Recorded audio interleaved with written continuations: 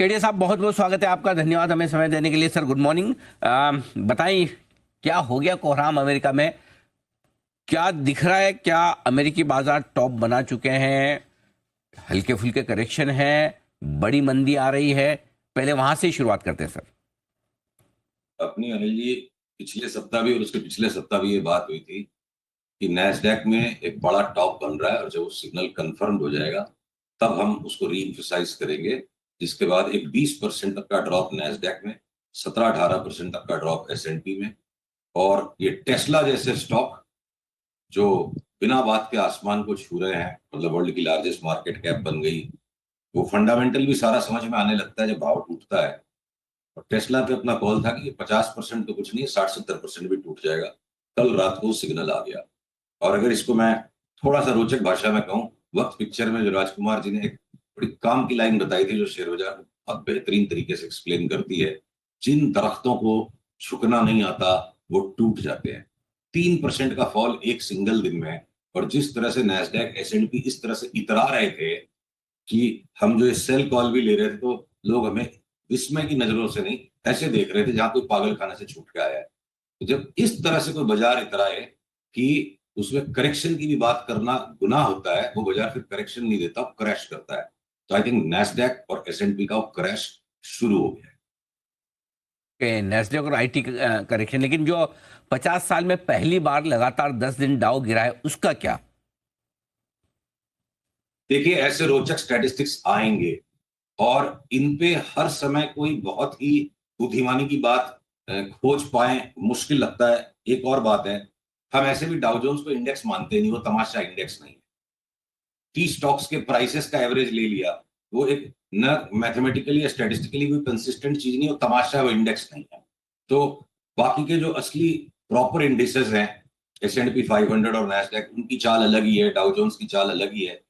तो अनिल जी, माफ कीजिएगा, संसार की हर विचित्र बात पर कोई बुद्धिमानी की बात हो जाए, ये जरूरी नहीं है। हमारे पास नहीं है कुछ भी इस पे कहने के लिए, क्यों कोई हो बात गया, नहीं, क्या हो गया।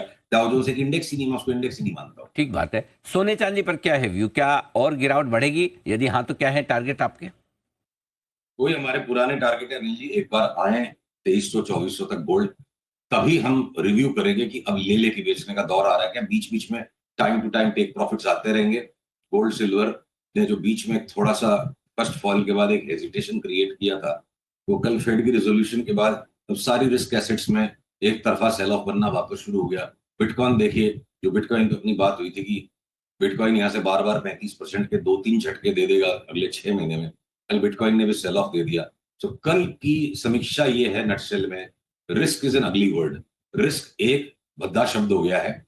और जिस किसी रिस्की एसेट से एक बार सब हाथ खींचेंगे, तो गोल्ड भी गिर रहा है, बिटकॉइन भी गिर रहा है, एसएनपी भी गिर रहा है, नैस्डैक भी गिर रहा है।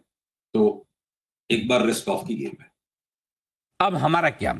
क्या हमारे यहाँ आज से? आवाज नहीं आ रही। जी, अब मैं पूछ रहा हूँ, अब हमारे बाजार का क्या? क्या आज से हमारे बाजारों में कुछ नई गिरावट की शुरुआत हुई है? और जो नवंबर के महीने में हमने लोज देखे थे, जहां से एक रिकवरी आई 23,300 के आसपास निफ्टी पर, 49,800, 50,000 के आसपास बैंक निफ्टी पर, क्या वो लेवल भी खतरे में? वो भी टूटेंगे?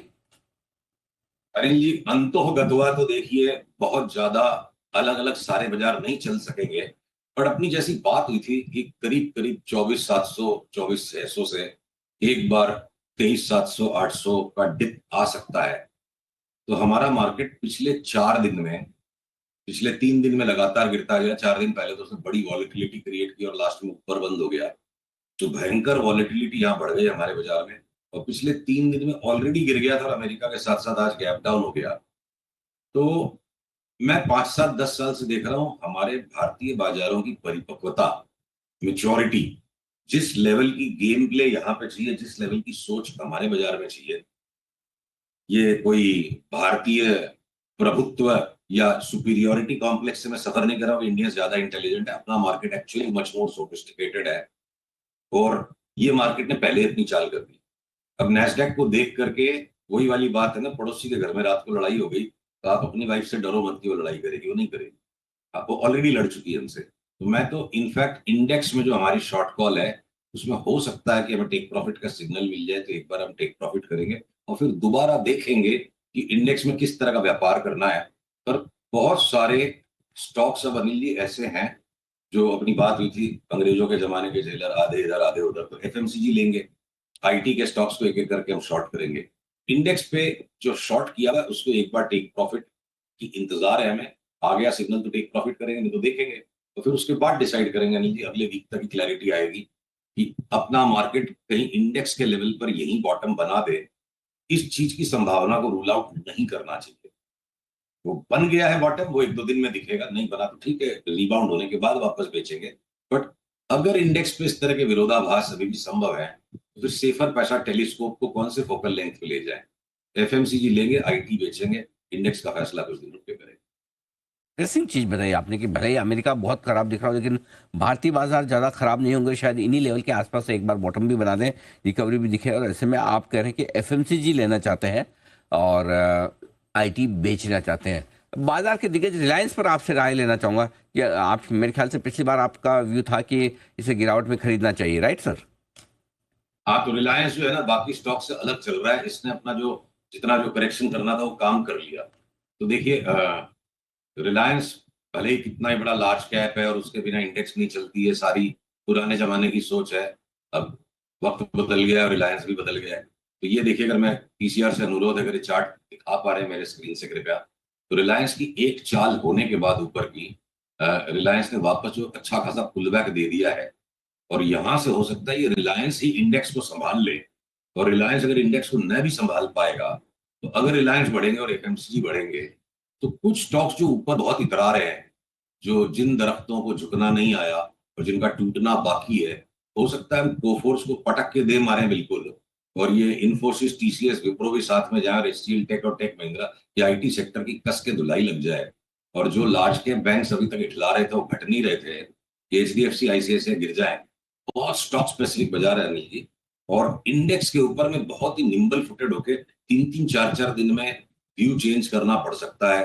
वो अगर करना कठिन है बहुत सारे लोगों के लिए, तो उनके लिए बेहतर होगा कि इंडिविजुअल स्टॉक्स में ट्रेडिंग करें। रिलायंस में एक महीने का व्यू ले लिया, यहाँ से 1500 का भाव हो जाएगा, 250 रुपया ही बढ़ गया और एचडीएफसी बैंक 250 लुढ़क जाएगी। इस तरह का बाजार आने वाले समय में मुझे लगता है, तो रिलायंस तो लेने का ही स्टॉक है। परफेक्ट, बहुत ही अच्छे तरीके से आपने समझाया कि इंडिविजुअल स्टॉक्स का बाजार है न कि इंडेक्स का, और इंडेक्स में 3-3, 4-4 दिनों में वोलेटिलिटी के चलते आपको व्यूज बदलने भी पड़ सकते हैं, उसकी तैयारी आप जरूर रखें। धन्यवाद केडिया साहब समय देने के लिए और विस्तार से बाजार पर अपनी राय हमारे दर्शकों के साथ शेयर करने के लिए। थैंक